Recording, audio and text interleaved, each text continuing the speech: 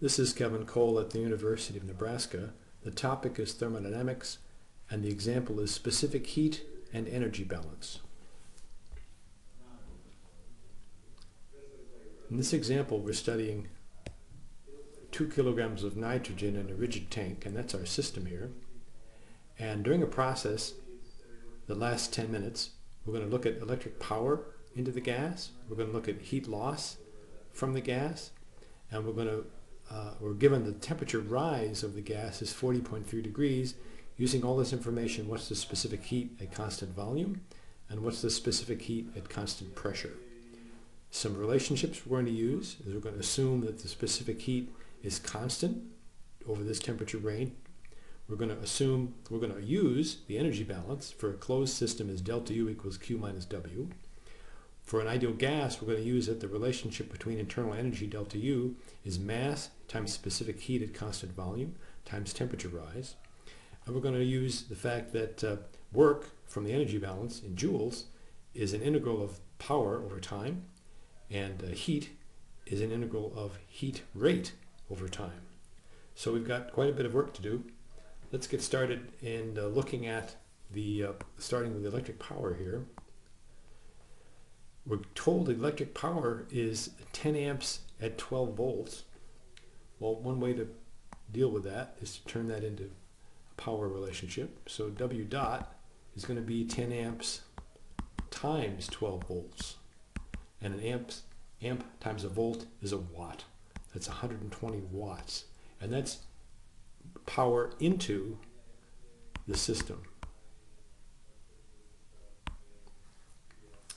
All right, let's use that information and find the W in joules. We're going to need to integrate over time. We're going to assume that this battery is uniform, so I'm going to take my W dot outside my integral. W dot integral of dt, and I'm going to integrate in time from 0 seconds to 600 seconds, because 10 minutes is 60 seconds times 10 is 600 seconds. So I'm going to integrate from 0 to 600. So that's going to be, my W dot is 120 watts times integral dt is t, 600 minus 0. So that's going to give me 12 times 6 is 72, 72,000 joules, or 72 kilojoules. And again, that's into the system. All right, let's hold on to that. Let's look at our heat loss. Heat loss is 20 watts. We'll do something similar then. It's going to be 20 watts, or Q dot, I'll say Q dot times integral dt, which is going to be 20 watts times integral from 0 to 600 of dt, which is going to be 20 watts times 600 seconds. That's going to be 12,000 joules, or 12 kilojoules, and that's out of system.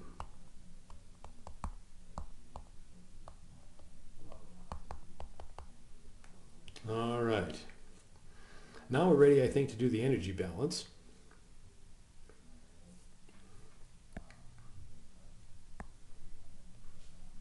Delta U, let's say energy balance,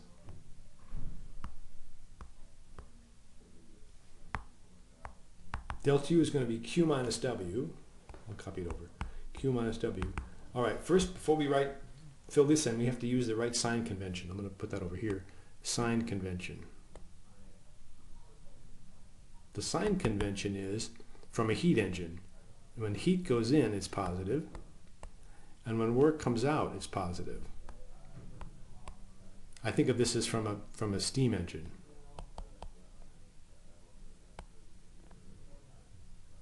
But what we've got is just the opposite of both of these. So I need to put in the correct sign. The sign is going to be, because the heat here is 12 kilojoules out, it's negative. So I've got to put that in as minus 12 kilojoules,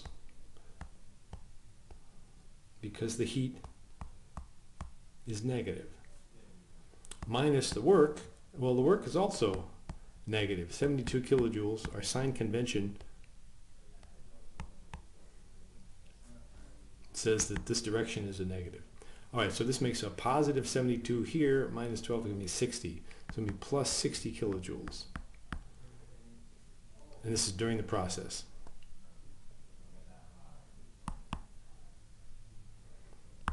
Because you always apply the energy balance during a specific process. All right, then finally,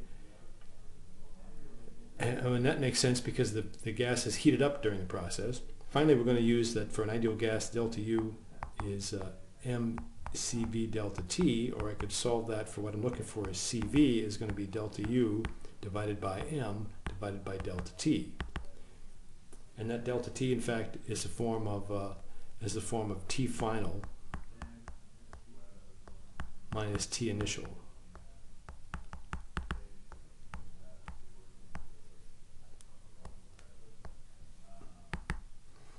All right, so let's put some numbers in. My delta U is 60 kilojoules. My mass of the nitrogen is 2 kilograms. And my temperature change is 40.3 centigrade. And I compute that, and I get 0.744 kilojoules per kilogram per Kelvin. What's this about Kelvin and centigrade? They're the same size. When I have a delta T, I can use either one. All right, that takes care of specific heat at constant volume. Part B says, what's the specific heat at constant pressure? Well, the relationship we need here is for an ideal gas. Cp and Cv differ by a constant, and that constant is R, the specific gas constant. So Cp is Cv plus R, and this is the specific gas constant. And the relationship, specific gas constant, the relationship between R and R bar is that if I take the universal one and divide by the molecular weight, then I get the specific gas constant. So let's do that. Cp is going to be the value from before, 7.44, plus the universal gas constant, 8.314 kilojoules per kilomole per Kelvin, divided by the molecular weight of nitrogen, which is 28.01 kilograms per kilomole. And when I crunch that, I get 0.744 plus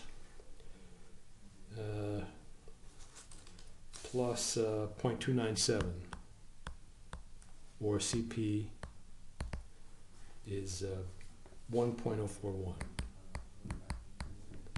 kilojoules per kilogram per Kelvin.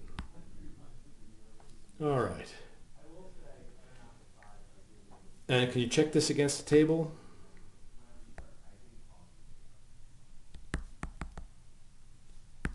I'll leave that for homework. So please do that on your own time. Let's recap. We have a system that's nitrogen, and because it's a system, our energy balance takes the form of delta U equals Q minus W for the system. We've got a sign convention that I think of it as coming from a steam engine. Remember it as you have to, that heat in is positive and work out is positive. So in our problem, we had to switch the signs here. So be careful on signs in applying the energy balance. We needed to use joules. So we had to integrate power and heat rate to get joules. And then when we were doing, there's two kinds of specific heat. For an ideal gas, they're related by a constant. And if you remember that that constant is related to the gas, then all will be well.